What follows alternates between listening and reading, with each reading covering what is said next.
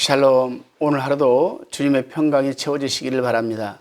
오늘은 열왕기상 21장 1절로 29절의 말씀을 강의 큐티로 나눕니다. 아합 왕은 계속하여서 하나님의 명령을 어기며 자기 뜻대로 모든 것을 행합니다. 그럼에도 하나님께서는 아합에게 기회를 여러 번 주십니다. 하나님께서는 아합 왕을 통하여 이스라엘이 적이었던 아람 군대와의 전투에서 승리하게 하십니다. 그리고 아합 왕에게 아람 왕 베나닷을 죽이도록 명령하십니다. 그러나 아합은 하나님이 주신 이 기회를 어리석게도 순종하지 않고 자신의 소견에 좋은 대로 행동을 합니다. 하나님께서는 아합 왕에게 적을 이길 힘을 주셨고 하루에 이스라엘 군병들을 아람 보병을 무려 10만 명이나 물리치며 아람 왕 베나닷을 죽일 수 있도록 도우십니다. 그러나 아합은 이전에 자신과 형제관계를 맺었던 아람을 환대하며 맞이하게 됩니다. 자신에게 승리의 능력을 주신 바로 하나님이심을 또다시 망각하였고 그는 자신의 힘으로 이룬 업적으로 모든 것을 치부하게 합니다. 하나님이 이루신 일들을 자신이 모두 가로챈 것이며 하나님의 영광을 도둑질한 것이라고 할 수가 있습니다. 오히려 그런 자신이 인정 많은 사람으로 다른 사람에게 보이고자 하였고 이러한 마음은 하나님 보시기에 매우 악하였습니다. 하나님께서는 그러한 그에게 한 선지자를 통하여 죽이라고 명한 자의 죽임을 그 자신 아합 왕에게로 돌리신다라고 말씀하십니다. 본문 1절입니다. 그 후에 이 일이 있으리니라. 이스라엘 사람 나봇에게 이스라엘 포도원이 있어 사마리아의 왕 아합이 왕궁에서 가깝더니라고 기록되어 있습니다. 본문에 보면 1절 이 서두에 그 후에라는 표현으로 본문은 시작을 했습니다. 이것은 앞선 20장에서 보았던 아합의 죄를 하나님께서는 다시 한번 상기시키고자 하는 장면입니다. 아합 왕은 자신이 하나님께 순종하지 못한 죄에 대하여 비록 한 선지자에 의하여 심판을 예언받았지만 그의 마음에 근심과 불안은 오래가지 못하였고 결국 잊어버리게 됩니다. 그러나 하나님께서는 죄에 대하여 그 값을 물으시며 심판의 자리로 그를 부르시고 있습니다. 아합 왕의 심판의 배경은 이스라엘에 있는 나봇의 포도원에서 일어납니다. 아합은 자신의 궁전 근처에 있는 나봇의 포도원을 자신의 채소밭으로 만들어 꾸미기를 원하였습니다. 하나님께서 가져다 준 두 번의 큰 승리를 자신의 힘으로 이룬 것처럼 보이게 하려면 외형적으로 더 많은 것들을 꾸며야만 했습니다. 아합의 심판을 이루기 위하여 하나님께서는 그의 약속을 신실하게 이어나갔던 나봇이라는 인물을 사용하십니다. 아합은 나봇의 포도밭을 취하기 위하여 더 좋은 조건으로 유혹하지만 나봇은 하나님의 명령을 우선시하기에 그의 유혹을 거절했습니다. 본문 3절로 4절의 말씀입니다. 나봇이 아합에게 말하되 내 조상의 유산을 왕에게 주기를 여호와께서 금하실지로다 하니 이스라엘 사람 나봇이 아합에게 대답하여 이르기를 내 조상의 유산을 왕께 줄 수 없다 하므로 아합 왕은 그의 기질에 자신이 갖고 싶은 것을 다 가지지 못하게 되자 근심하며 마음이 답답하여 마치 어린아이와 같은 행동을 합니다. 4절에 보면 자신이 갖고 싶은 것을 얻지 못하자 침대에 드러누워 밥도 먹지 않고 있는 모습은 어른의 행동이라고 할 수가 없을 것입니다. 어린아이가 자신이 원하는 장난감을 갖지 못하여 밥도 먹지 않고 어리광을 부리는 모습을 그대로 지금 보여주고 있습니다. 그리고 그러한 모습을 그의 아내 이세벨이 보게 됩니다. 그녀는 항상 하나님과 대적하는 그런 자였습니다. 하나님을 미워하며 엘리야로 인하여 바알 선지자가 모두 죽었을 때 그녀는 또 다른 하나님에 대하여 복수심을 쌓았을 것이 분명합니다. 그러한 그녀가 하나님의 명령에 순종하는 나봇을 죽이기로 마음먹습니다. 그녀는 자신이 어떤 것이든 얻기 위하여 이를 반대하는 자들은 가차없이 죽여왔습니다. 그리고 나봇이 살고 있던 지역의 장로들과 귀족들에게 거짓된 아합 왕의 편지를 보내게 됩니다. 이 편지의 내용은 나봇이 아합 왕과 하나님을 모욕했다는 거짓된 글이었습니다. 그리고 그를 백성이 보던 앞에서 공개 처형을 하도록 합니다. 나봇은 결단코 하나님을 대적한 적이 없었습니다. 아니, 오히려 하나님의 분노가 임하였던 아합 왕에게 반대하였던 자입니다. 나봇의 죽음은 어찌 보면 정말 너무나 억울한 죽음이 아닌가 싶습니다. 의를 위하여 살았건만 그 결과는 악녀의 술책에 넘어가 억울한 누명으로 자신의 이웃들에게 공개적으로 돌아맞아 죽은 것입니다. 그가 공개 처형을 당할 때에 그 가족들의 마음은 어떠하였을까?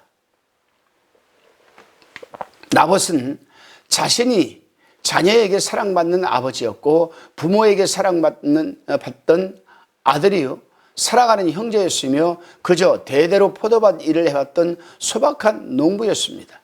그러나 한순간에 그의 가정은 하나님께 순종하지 않고 그의 영광을 가로채며 자신의 명성을 위해 살고자 했던 악한 지도자에 의하여 산산이 파괴되고 말았던 것입니다.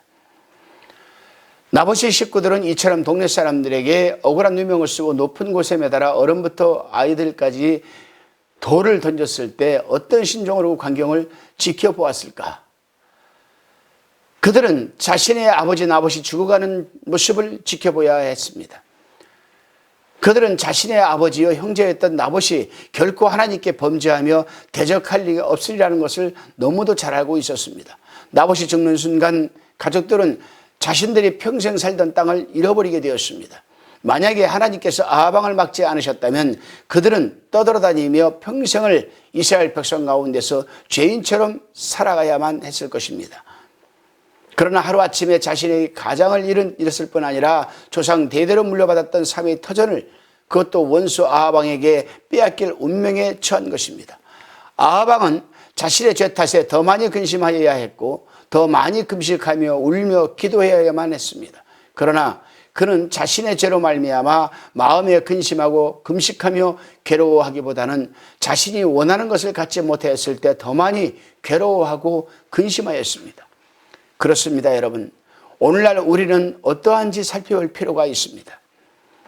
자신의 행동을 위하여 타인의 행복을 파괴하고 있지는 않은지, 하나님께서 주신 회복의 기회를 잃어버리고 살아가고 있지는 않은지 우리는 우리 자신을 돌아봐야 할 것입니다. 우리의 근심과 염려는 무엇을 향하여 가고 있습니까? 자신이 이루지 못한 야망과 부족한 현실을 바라보며 가슴 아파하고 있지는 않습니까? 아합 왕처럼 하나님이 주신 복을 마치 자신의 영광을 위하여 취하지는 않았는지, 우리는 때로 자신의 죄를 망각한 채 단지 눈에 보이는 세상의 행복을 취하기 위하여 근심하고 자리에 들어 누워 어리광 부리는 모습은 아닌지 우리는 한번 곰곰이 돌아봐야 할 것입니다. 나봇의 약속의 말씀을 지키기 위하여 이 땅에서 억울하게 누명을 쓰고 돌에 맞아 죽었습니다. 그렇습니다, 여러분. 나봇은 하나님의 말씀을 지키기 위해서 억울하게 죽음을 맞이했습니다. 그의 가족은 또한 삼의 터전을 잃었고 많은 사람의 손가락질을 받아야만 했습니다. 우리가 이처럼 하나님의 영광을 가릴 때 진정한 그리스도인들은 고난을 받게 된다는 사실을 잊지 말아야 할 것입니다. 우리가 그리스도인으로 살아가면서 겉으로 보이는 모습만 취하고 진정으로 그의 나라와 의를 구하기보다 자신의 유익을 위하여 타인을 비방하고 모략한다면 우리는 또다시 그리스도를 십자가에 못 박는 자들이 되고 말 것입니다. 하나님께서는 그러한 아합 왕에게 다시금 회개의 기회를 주십니다. 아합은 자신의 아내 이세벨의 계략으로 나봇을 죽이고 그 포도원을 취하기 위하여 밭으로 내려갈 때에 하나님의 사람 엘리야를 통하여 그에게 심판의 메시지를 듣게 하십니다. 본문 27절 말씀입니다. 아합이 이 모든 말씀을 들을 때에 그의 옷을 찢고 굵은 배로 몸을 동이고 금식하고 굵은 배에 누우며 또 풀이 주고 다니더라. 그의 행동에 하나님께서는 잠시 화를 거두시고 아합 왕에게 또 한 번의 기회를 주십니다. 주님은 그러한 그의 행동을 겸비하다고 말씀하십니다. 이는 그가 낮아져 주님 앞에 뉘우쳤다라는 내용입니다. 그렇습니다, 여러분. 오늘날도 하나님은 얼마든지 우리가 죄를 지어도 우리가 스스로 겸비하게 마음을 돌이키고 회개하고 낮아진다면 하나님은 돌이킬 것입니다. 그렇다고 해서 죄짓고 회개하고 죄짓고 회개한다는 사실은 아니죠. 그렇습니다, 여러분. 이처럼 주님은 우리의 잘못에 대하여 또 참으시며 기회를 주시고 또 주십니다. 아방이나 이세벨을 보면서 어찌도 우리는 이렇게 깨닫지 못하고 어리석은 사람들이 또 있을까 생각이 듭니다. 그런데 그들의 모습 속에 우리의 삶을 비춰본다면 우리 역시 또 실수하고 죄 많은 인생이 분명합니다. 분명한 것은 아방이 그 죄악의 자리를 끊고 하나님께 더 온전히 나아갔다면 성경은 그에 대하여 다르게 기록했을 것입니다. 또한 그를 비롯하여 그의 가족과 자녀의 시대 역시 다르게 기록하였을 것입니다. 이 땅에 잠시 눈에 보이는 것을 쫓는 자들의 결말은 모두 멸망으로 향하는 자들이요 썩어 없어질 것들을 찾아 헤매는 인생이 될 것입니다. 그러나 영원하신 하나님의 말씀을 붙잡으며 불순종에 대하여 처절하게 싸워나간다면 그들이 삶은 영원히 아름답게 비치는 보석과도 같은 값진 인생들이 될 것입니다. 기도하시겠습니다. 하나님 아버지, 한 사람의 욕망 때문에 그 결과 다른 사람들이 고통받고 괴로워한다는 사실을 깨닫습니다. 하나님을 두려워하지 아니하며 자신의 욕망을 위하여 살았던 아방의 삶을 통해 우리 역시 자신의 삶을 돌아보며 주님의 뜻에 합당한 삶을 살아가길 소망합니다. 우리 시대에서 믿음이 멈추는 것이 아니라 우리 후손들에게 살아있는 하나님의 말씀을 전하며 양육되기를 소원합니다. 주님, 또한 이 나라를 지켜주시고 보호하여 주옵소서.